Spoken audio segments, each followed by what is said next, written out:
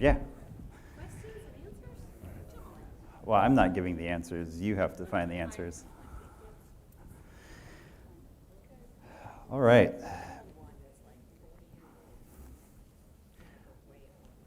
Okay. All right, we have guys passing out handouts. There are 3 total handouts. Uh-oh. You should have a stapled one. It says The Life and Times of John Bunyan. You should have a reading schedule, which is 1 page, and then you should have a reading guide for week 1. I'll put these in the back. All right, who doesn't have a reading schedule? Okay. Who's on reading schedule duty? Okay, so there's a reading schedule. It says at the top, reading schedule for Pilgrim's Progress. Okay, that half of the room needs one. So, you pass that one down. Oh, okay, there you go. Raise your hand if you need a reading schedule.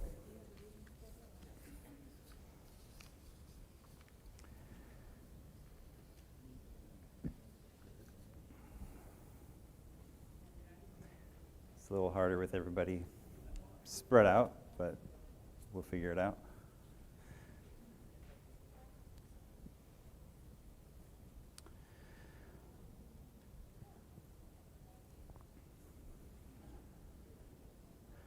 All right, so let's go ahead and get started. Just might want to put some in the back. Just put a stack in the back.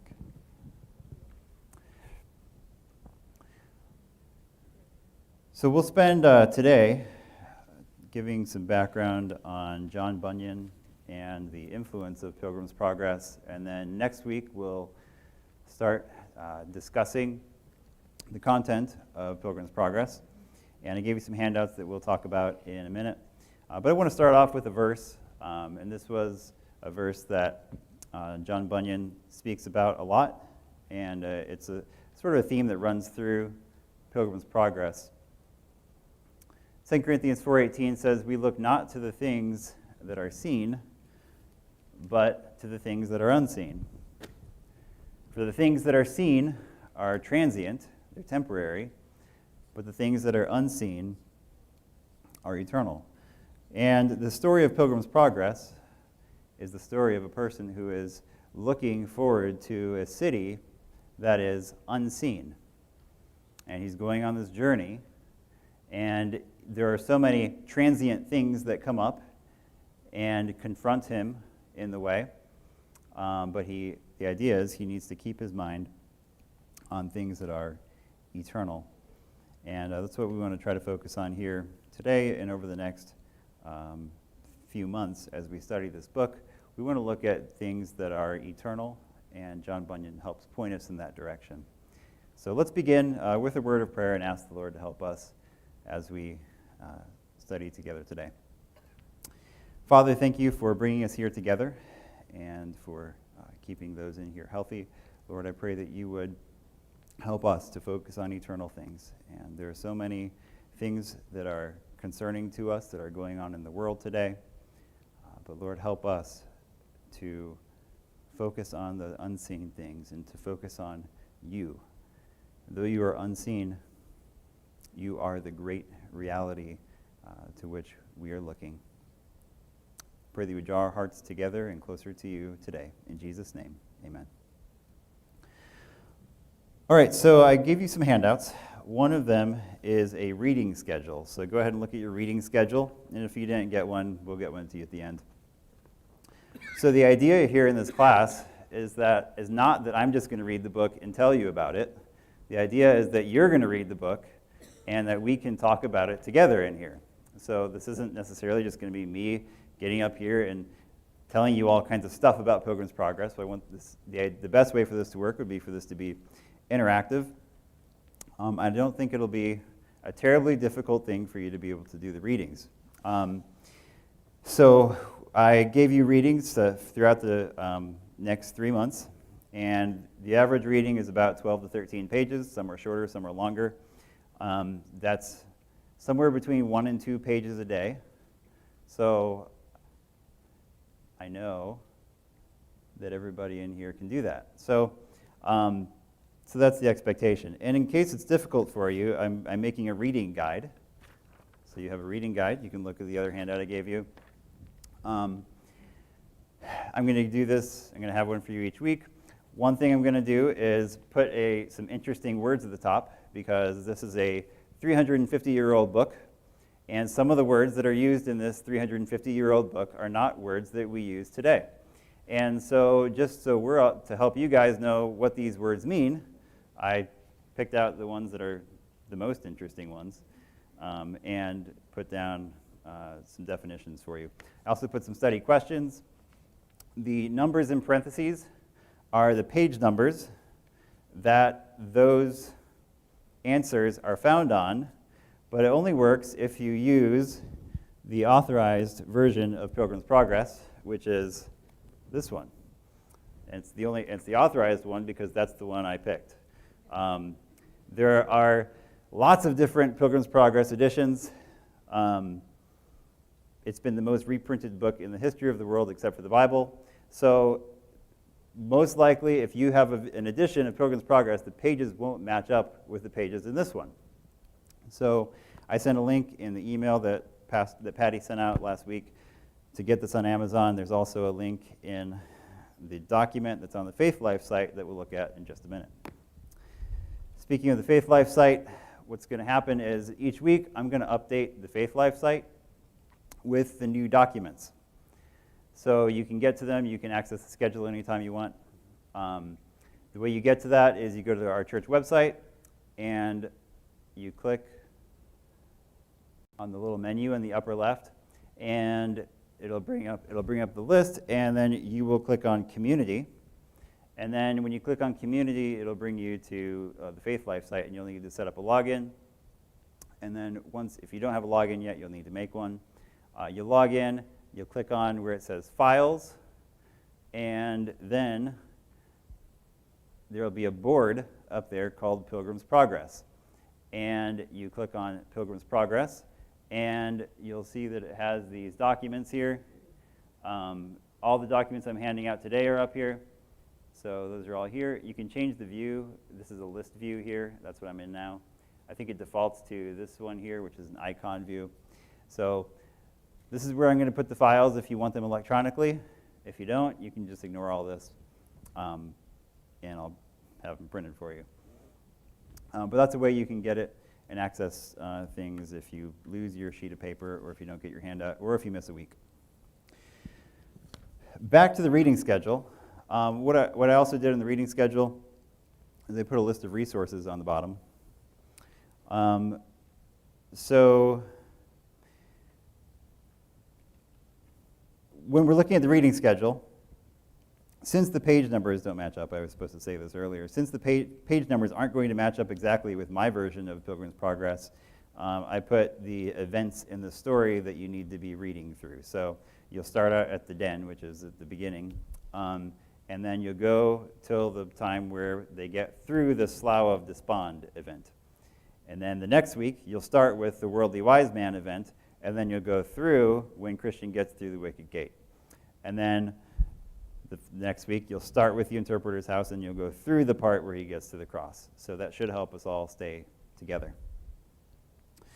As far as different resources, like I said, this is the authorized version. It's the Penguin Classics version. You can get it on Amazon. It's about $9 right now.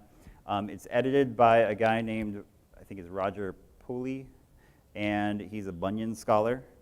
Yes, things exist in England like that. And he gives it about 20 pages of introduction about Bunyan, and then he gives a lot of study notes at the back explaining things. So that's helpful to have.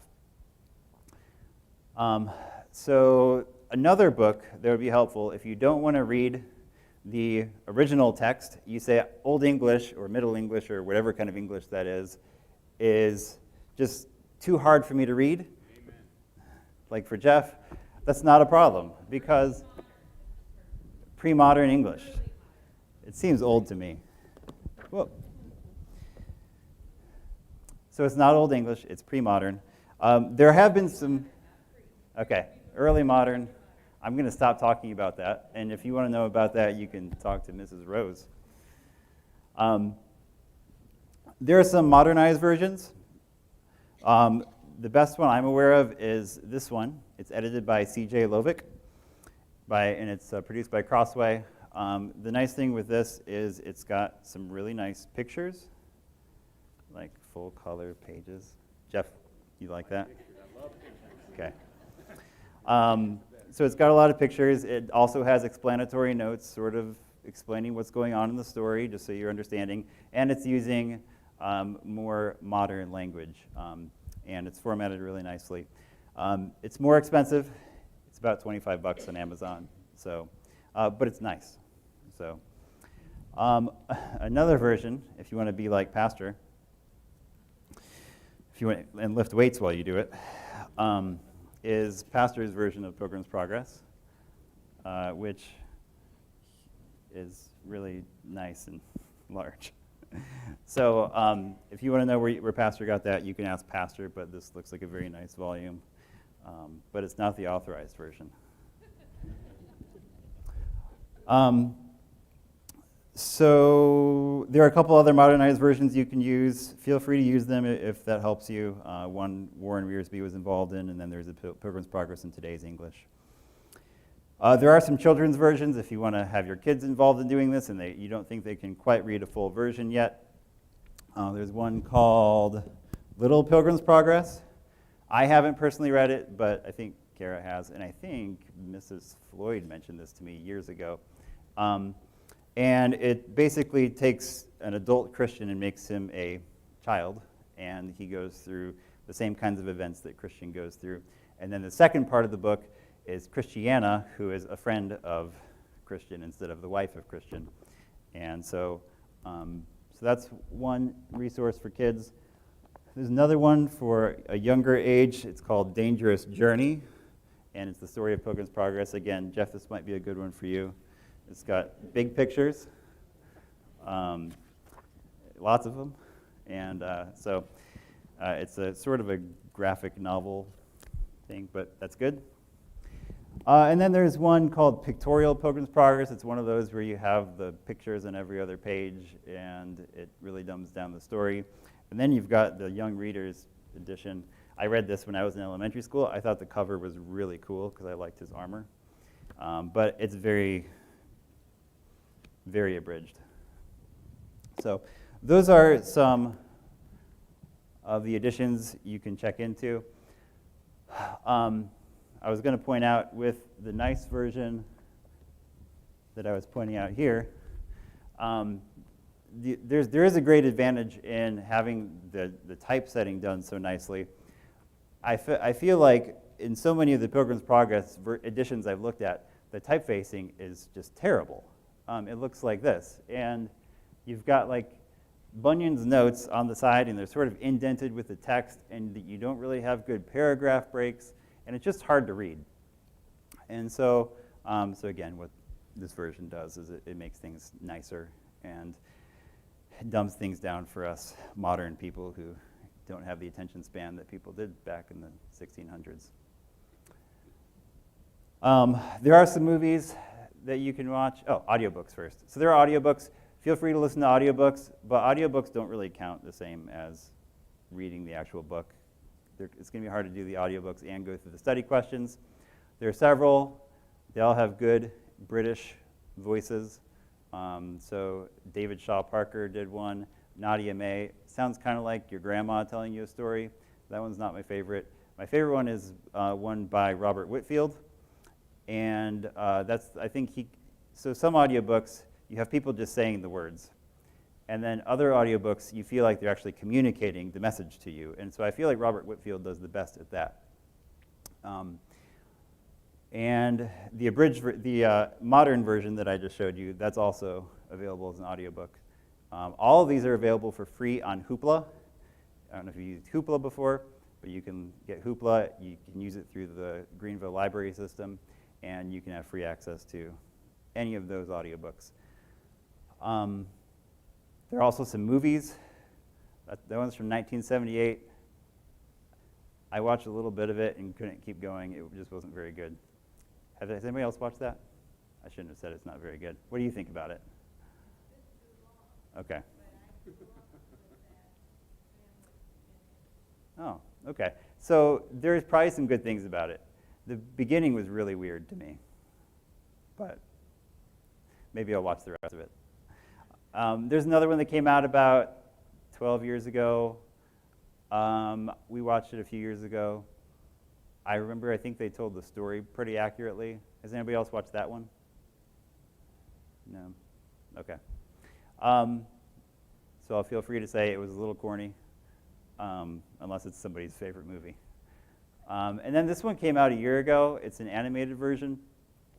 We watched the first part of it, haven't finished it yet, but it adds a lot of extra stuff. Has anybody watched this one? You have? What do you think about it? It's really well done so far. It was scary. Okay. So if you want a scary version, there you go. I'll finish it and let you know what I think about it in the coming weeks. All right, so those are some resources available, and that'll help us to get situated. So who in here has read Pilgrim's Progress? Raise your hand. Okay, we're like 90% maybe. Okay, good. Who has read the second part about Christiana? So we're down to like 20%. So we're only going to focus on the first part in this class. The second part's good too. The first part's a more interesting story, and the second part probably is more theological, but it's not as interesting of a story, which is why most people haven't read it, because people like stories better than theology, for some reason. So we're only going to focus on the first part in this class. If Pastor wants somebody to do the second part, he can find someone to, maybe he'll do that in the future. But the influence of Pilgrim's Progress throughout the history since over the last 350 years is undeniable. It influenced theologians such as George Whitefield, the evangelist in the Great Awakening. He read it and he valued it.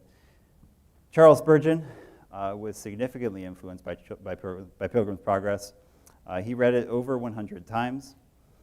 He said, "Mr. Bunyan is the chief and head and lord of all allegorists, and is not to be followed by us into the deep places of typical and symbolical utterance. He was a swimmer. We are but mere waders," as in wading in a pool, "and must not go beyond our depth." So what he's saying here is what Bunyan did in Pilgrim's Progress is something that not just anybody can do. And that's noteworthy because no one else has done something this successfully since Bunyan. So what Bunyan did here, by telling a story with such theological and spiritual depth, is something unparalleled in the history of Christianity. And Spurgeon was noting that. The influence of Pilgrim's Progress extends beyond that, though. Anybody here read Little Women? No? Great. Yeah, we all read Little Women. If you read the book, then you'll know that there's a significant emphasis on Pilgrim's Progress in Little Women. You don't really get that by watching the movies. The preface to the book includes an excerpt from Pilgrim's Progress. The first chapter is called Playing Pilgrims. Chapter 4 is called Burdens, where each of the daughters has a burden that they have to bear. And then several other chapters are named after elements of Pilgrim's Progress. So chapter 6 is Beth finds the palace beautiful. And chapter 7 is Amy's Valley of Humiliation. Chapter 8 is Joe meets Apollyon. And chapter 9 is Meg goes to Vanity Fair. So Pilgrim's Progress has a significant influence on some of the most significant works of literature that we've seen. Other historical figures have demonstrated the influence of Pilgrim's Progress. Abraham Lincoln listed Pilgrim's Progress as one of his favorite books. Grover Cleveland, he was a president, in case he didn't know. He had memorized the whole book of Pilgrim's Progress when he was a child. His dad was a pastor. In 1906, Theodore Roosevelt referred to Pilgrim's Progress in his dedication of the cornerstone of the office building of the United States House of Representatives. Don't tell them that today, or they might have to tear it down. Ronald Reagan greeted the Australian Prime Minister in 1981, saying, "We are all travelers in what John Bunyan calls the wilderness of this world. And the best that we find in our travels is an honest friend. They keep us worthy of ourselves." And Christianity Today has several times polled different pastors on what books have been the most influential books in their lives. And Pilgrim's Progress is the one that constantly shows up on those lists of most influential books. C.S. Lewis, one of the foremost Christian thinkers of the 20th century, was influenced by Pilgrim's Progress. He wrote a book called Pilgrim's Regress, which he says is his least favorite of his books. But he wrote in Mere Christianity, he says, "I warn you, you are embarking on something which is going to take the whole of you, brains and all, if you're going to become a Christian. This is going to take the whole of you, brains and all. But fortunately, it works the other way around. Anyone who is honestly trying to be a Christian will soon find his intelligence being sharpened. One of the reasons why it needs no special education to be a Christian is that Christianity is an education itself. That's why an uneducated believer like Bunyan was able to write a book that has astonished the whole world." So C.S. Lewis, a brilliant philosopher for the 20th century, still says that Bunyan was able to astonish the whole world. And so the book's been translated into 200 different languages. 80 different African languages have Pilgrim's Progress translated in their language. But over the last 30 or 40 years, Pilgrim's Progress seems to have been slowly waning in its influence on our generation. In 2004, J.I. Packer, who is a teacher and theologian in a seminary, he said, "When I ask my classes of young and youngish evangelicals, as I often do, who has read Pilgrim's Progress, not a quarter of the hands go up." So you guys are good. We had 90% in here, so that was good. But J.I. Packer said that not even 25% of the people in his classes, young people growing up in Christian circles, they hadn't read Pilgrim's Progress yet. And then he says, "Yet our rapport with fantasy writing," so the modern generation loves fantasy writing, "plus our lack of grip on the searching, humbling, and edifying truths about spiritual life that the Puritans understood so well, surely mean that the time is ripe for us to dust off Pilgrim's Progress and start reading it again." So he says we love fantasy writing, and we're losing what the Puritans did so well, and what Pilgrim's Progress does is it puts those two things together. So what should be happening now is Pilgrim's Progress should be retaining and gaining in influence rather than falling out of influence. So certainly it would be great gain for modern Christians if Bunyan's masterpiece came back into its own in our day. But it's not. There's a website called Goodreads. It's sort of a social media for introverts, and they basically, you can become friends with people, and you don't have to communicate with them, and you don't have to show pictures. You just get to say what books you like, and it's really cool. Sounds good. Jeff would love it. So people give book reviews. That's the idea, and you can read your friends' book reviews. And so about 100,000 people on Goodreads have rated Pilgrim's Progress, and the overall rating out of 5 is 4 out of 5.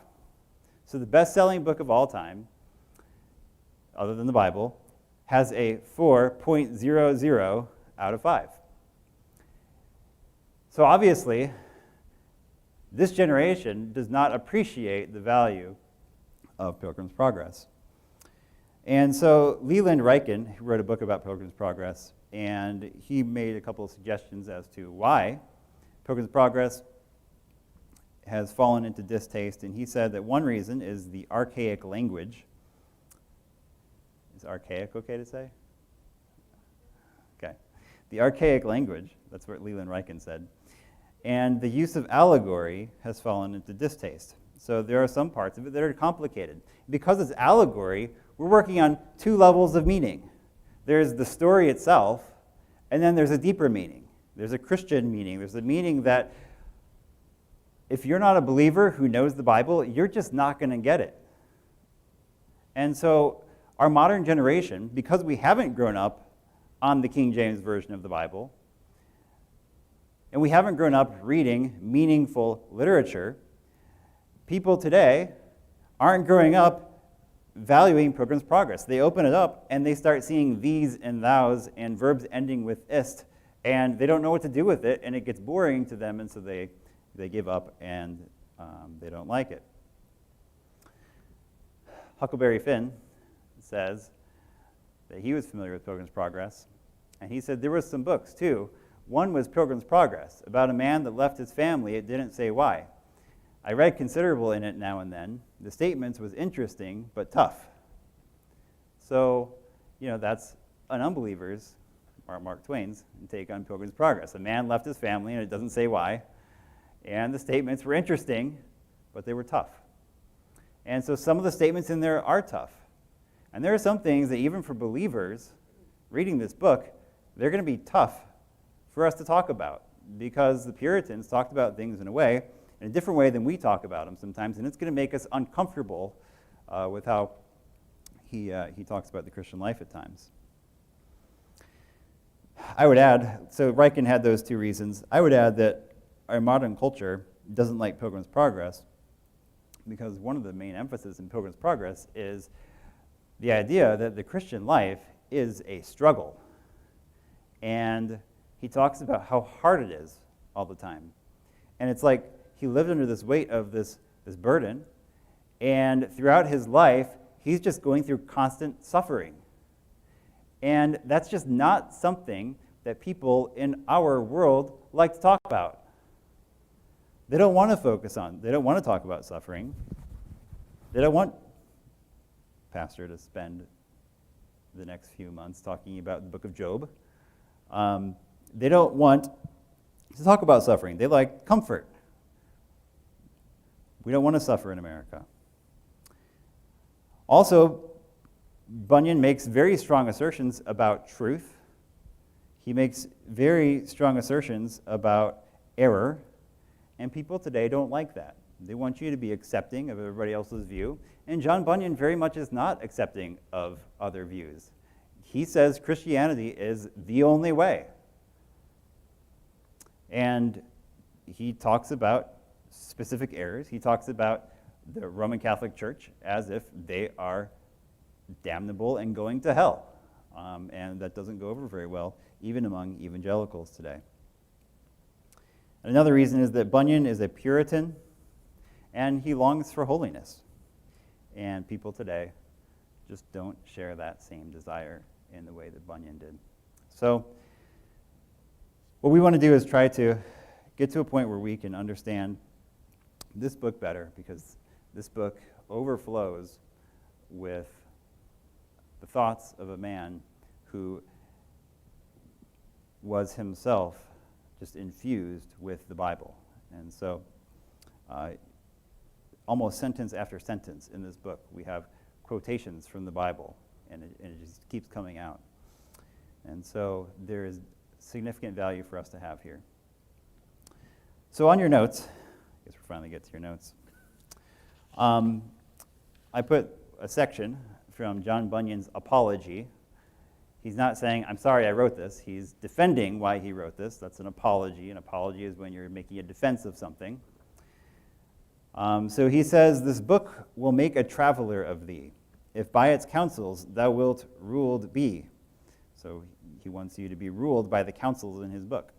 It will direct thee to the Holy Land, if thou wilt its directions understand. Yea, it will make the slothful active be, the blind also delightful things to see. Art thou for something rare and profitable? Wouldest thou see a truth within a fable? Art thou forgetful? Wouldest thou remember from New Year's Day to the last of December? Then read my fancies, they will stick like burrs, and may be to the helpless comforters. This book is writ in such dialect as may the minds of listless men affect. It seems a novelty, and yet contains nothing but sound and honest gospel strains. And so this is worth us spending the next few months on, because this book contains nothing but sound and honest gospel strains. And so that's what we want to find here as we're looking through this work. So what's so great about Pilgrim's Progress? Well, like I said before, there's significant theology in Pilgrim's Progress. There's significant spiritual guidance. It's one thing, though, to just make statements asserting theological truths, and it's one thing to make statements saying, yep, the Christian road is tough, but you just got to keep fighting through.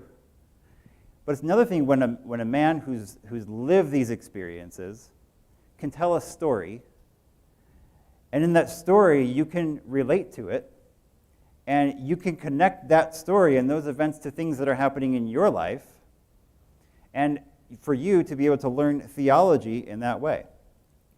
And Pilgrim's Progress is unique in literature in that way. It was the first, I think I read this, it was the first English novel. Any thoughts about that? People debate still what is the first English novel. Okay. So it might be the first English novel. Somebody said it was. It's the story of a journey. And we like journey stories. Homer's Odyssey. You have this Odysseus. He's going through this journey where he's got all of these challenges to overcome. Gulliver's Travels, some people like. Jules Verne novels. This guy's traveling all over the place.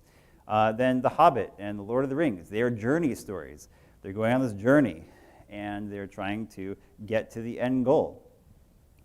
And these kinds of stories appeal to us.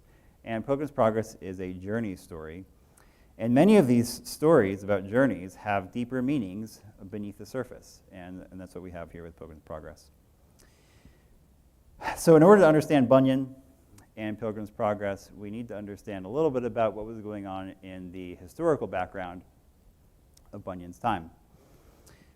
First of all, Bunyan's living in the 1600s. The Reformation started in the 1500s. The Reformation came to England pretty soon after. And the Puritans were a group that arose within the church, and they wanted to continue reforming the English church. So they had broken off from the Catholic Church. They became the Anglican Church. And the Puritans were sort of part of that church, but they were continually trying to reform the church. And then, of course, in 1620, some of those Puritans decided they couldn't keep doing it this way, and they decided to leave and go to America, and those might be called separatists. And the ones who stayed are the ones who are called Puritans. They wanted to keep trying to purify the church. And this Puritan lineage is where John Bunyan comes from. Charles I was the King of England, and he was opposed to the Puritans reforming the church. So in 1642, a war broke out between those who were loyal to Charles I and those who were loyal to Parliament, because Parliament became influenced toward the Puritan reforms under Cromwell. And in 1645, the Parliament took control, and the Puritans just were able to have religious liberty for the next decade and a half. So after Cromwell died, the monarchy was restored with Charles II, and things turned against the Puritans, and the Act of Uniformity was issued in 1662, and this basically said that you had to accept the Book of Common Prayer and Episcopal ordination, and so 2,000 Puritan pastors were forced out of their churches.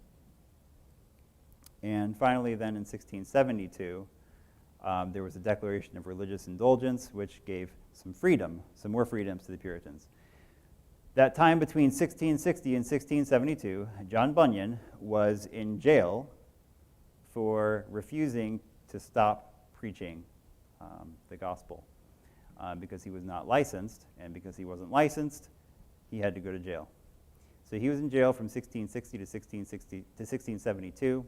He was in jail again from 1675 to 1676, and we'll hit on that soon. So there's a picture of John Bunyan. He was born in Elstow, near Bedford, in 1628. His parents, we don't really know much about them at all. They were one of the low-class families. He says that they were of the class that is lowest and most despised of all the families in the land. Maybe he's exaggerating a little bit there. But they had a humble position, but it pleased God to put into their hearts to send me to school to learn both to read and write. So Bunyan realizes that it was a good thing that his parents sent him to school. At age 16, his mother and sister die in the same year. And then I think it was like a month later, his father remarried someone else. And so as a 16-year-old boy, he wanted to leave home, and so he joined the army. And this was right in the middle of the Revolution. He was in the army. There's one account that he tells in Grace Abounding to the Chief of Sinners. Grace Abounding to the Chief of Sinners is his spiritual autobiography. Basically, he wrestles throughout that book with salvation, and we'll talk about that more in a little bit. But he mentions that when he was in the army, there was a person who offered to take his spot in the line, and so they traded spots in the line, and pretty soon after, that person was shot and killed. So he views that as divine preservation of his life, and he would have died if he hadn't traded places. He was married in 1649. One of the frustrating things about Grace Abounding to the Chief of Sinners is that he doesn't give a lot of details. He doesn't give any timeline indicators for when things are happening in his spiritual life. We don't know the name of his first wife. He had 4 kids with her. We just don't know anything about her, other than he had 4 kids with her, and their first child was born blind. And so he was a tinker by trade. Anybody know what a tinker is? Yes, anybody? A guy who fixes things. He works with metal. So if your metal pot broke, you could go take it to John Bunyan and he'll go fix your pot. So he was a tinker. He had some education in school, in elementary school, but he never went to college or anything like that. What he does tell us is that when he was young, he was a blasphemer. And so he says, from childhood, I had few equals for cursing, swearing, lying, and blaspheming the holy name of God. He says, I was often much cast down and afflicted in my mind with them, yet I could not let go of my sins. And he says, I was the very ringleader of all the youth that kept me company in all manner of vice and ungodliness. He developed an interest in religion because, he says, my mercy was to happen upon a wife whose father was counted godly. And sometimes God works this way. He works through decisions that you make, and he takes those decisions and he turns them into things that you didn't think would be possible. So Bunyan, this unbeliever, marries this other person whose father was a believer. And it just so happened that his dowry was there were 2 books that they owned. They didn't own much, but they owned 2 books. One was called The Practice of Piety. One was called The Plain Man's Pathway to Heaven. And so Bunyan and his wife, what else are they going to do? They've got these 2 books there. Let's just start reading these books together. And so they start reading these books, and so he starts getting an interest, developing an interest in religion. And so he says, I had been a great and grievous sinner, and that it was now too late for me to look toward heaven. So he felt like because of all the bad things he had done, it was too late for him to try to get to heaven. He says, I felt my heart sink in despair, concluding it was too late, and therefore I resolved in my mind to go on in sin. These quotes that all say G.A., that's from Grace Abounding. So it's from my version of Grace Abounding, which there are a variety of different reprints of that also. So he began to outwardly reform his life. And then in the book, it's really difficult to know what exactly Bunyan thinks his conversion event is. So just numerous times throughout the book, you get to this point where he says something and it makes you think, oh yeah, that's when he got saved. And then the next thing you know, he's like certain he's about to die and go to hell, and he's committed the unpardonable sin, and then he'll get to a point where now I realize I've been forgiven. And so he keeps going through this battle, and it seems like it goes on for years, where he's just going back and forth, not knowing whether he's saved or not. And so he says, once he realized that his righteousness was the righteousness of Jesus Christ, he says, now did my chains fall off my legs indeed. I was loosed from my afflictions and irons. My temptations also fled away. From that time, those dreadful scriptures of God quit troubling me, and now I went home rejoicing for the grace and love of God. And it's from that point on that he doesn't really have that struggle anymore. He had been going through the struggle for years, over and over again. Have I committed the unpardonable sin? Have I sold out to Jesus? He keeps talking about whether he's sold out to Jesus. And he was very worried about this. And finally he came to the place where he knew that his chains had fallen off and he could rejoice in the grace and love of God. He joined a separatist congregation in Bedford under Pastor John Gifford. People believe that the evangelist figure in Pilgrim's Progress is based on John Gifford. And he calls him Holy Mr. Gifford, whose doctrine, by God's grace, was good for my stability. And Martin Luther's commentary on Galatians had become profoundly influential on Bunyan. He said, I prefer this book of Martin Luther on the Galatians, with the exception of the Holy Bible, to all the books that I have ever seen, as most fit for a wounded conscience. And so what we'll see as we read through Pilgrim's Progress is you see John Bunyan's struggles with sin and the struggles in his mind and in his heart with is he saved or not. You start seeing those come up in the life of Christian.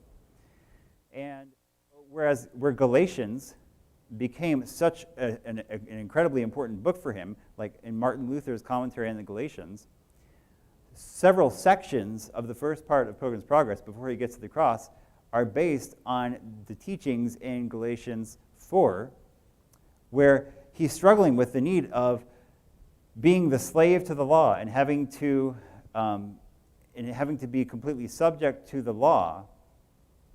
And he's struggling with that so much. And so he comes so the worldly wise man sends him down to the town of Carnality.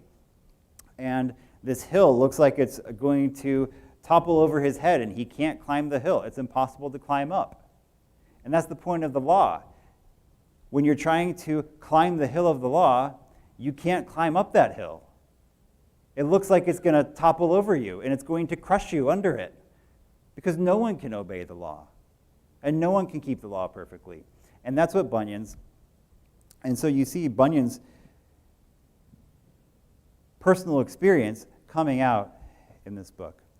We'll talk a little bit more about Bunyan's suffering and ministry next week, and we'll get into the first part of Pilgrim's Progress, and we'll be able to catch up. But what we'll end up seeing is that so much of what's happening in Bunyan's life is being translated into what's going on in Pilgrim's Progress. And so we'll see that it's not really clear in Pilgrim's Progress, when does Christian actually get saved in the way we would think about it being converted, being saved. And so there actually are significant debates about when Christian actually gets saved. Is it when he enters the wicket gate? Is it when he starts going toward the wicket gate? Is it when he gets to the cross and his burden falls off? So those are the main three options. And we'll spend some time discussing all those options in here when we get to that point. But let's close in prayer, and we'll pick this up next week. And make sure you do your reading and your study guide for next week. If you don't have it, let me know, and I'll have extras. Let's pray. Father, thank you for this example you've given to us in the life of John Bunyan. I pray that you would help his life to motivate us to be people who follow after you and look not at these temporary things, but look at what's eternal. And help us to come to know you better through this time that we have. In Jesus' name, amen.